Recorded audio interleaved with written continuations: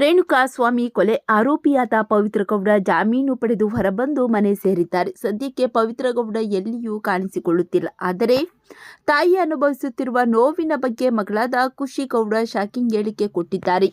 Social ಮೀಡಿಯಾದಲ್ಲಿ ಇರುವ ಪ್ರತಿಯೊಬ್ಬರಿಗೂ ನನ್ನ ಜೀವನದಲ್ಲಿ ಹೀಗೊಂದು ಬರೆಯುತ್ತೀನಿ ಅಂದುಕೊಂಡಿರಲಿಲ್ಲ. ಆದರೆ ನಿಮ್ಮ ಮಾತುಗಳು ನನ್ನ ಮನಸ್ಸಿನ ಮೇಲೆ ದೊಡ್ಡ ಗಾಯ ಮಾಡಿದೆ. ಅದನ್ನು ನಿರ್ಲಕ್ಷ್ಯ ಮಾಡಲು ಆಗುತ್ತಿಲ್ಲ. ಸಂಬಂಧವೇ ಇಲ್ಲದ ಕಮೆಂಟ್ಸ್, ನಿಮ್ಮ ಊಹೆಗಳು, ನನ್ನ ತಾಯಿಗೆ ಬಳಸಿರುವ ಪದಗಳು ಪ್ರತಿಯೊಂದು ನೀವು ಕಲ್ಪನೆ ಮಾಡಿರದಷ್ಟು ನನ್ನ ಮನಸ್ಸಿನಲ್ಲಿ ದೊಡ್ಡ ನೋವು ಮಾಡಿದೆ.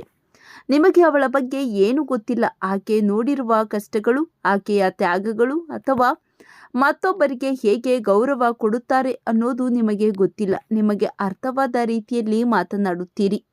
ನಿಮ್ಮ ಜಡ್ಜ್ಮೆಂಟ್ಗಳಿಗೆ ತೂಕವಿದೆ ಅನ್ನೋ ಅರ್ಥದಲ್ಲಿ. ಆದರೆ ಇಲ್ಲ, ಸೈಲೆಂಟ್ ಆಗಿದ್ದು ಆಕೆ ಏನು ಎದುರಿಸುತ್ತಿದ್ದಾಳೆ ಅನ್ನುವುದು ನನಗೆ ಗೊತ್ತಿದೆ. ದೇಶವೇ ಅವಳ ಬಗ್ಗೆ ಮಾತನಾಡುತ್ತಿದ್ದಾಗ ರಾತ್ರಿ ಇಡೀ ಆಕೆ ಗಟ್ಟಿಯಾಗಿ ನಿಂತಿದ್ದು ನಾನು ನೋಡಿದ್ದೀನಿ. ನನ್ನ ತಾಯಿ ನನ್ನ ಪ್ರಪಂಚ, ನನ್ನ ಶಕ್ತಿ, ನನ್ನ ಸ್ಫೂರ್ತಿ. ಆಕೆ ನನ್ನ ತಾಯಿ ಮಾತ್ರವಲ್ಲ, ನನ್ನ ತಂದೆ ಕೂಡ ಹೌದು.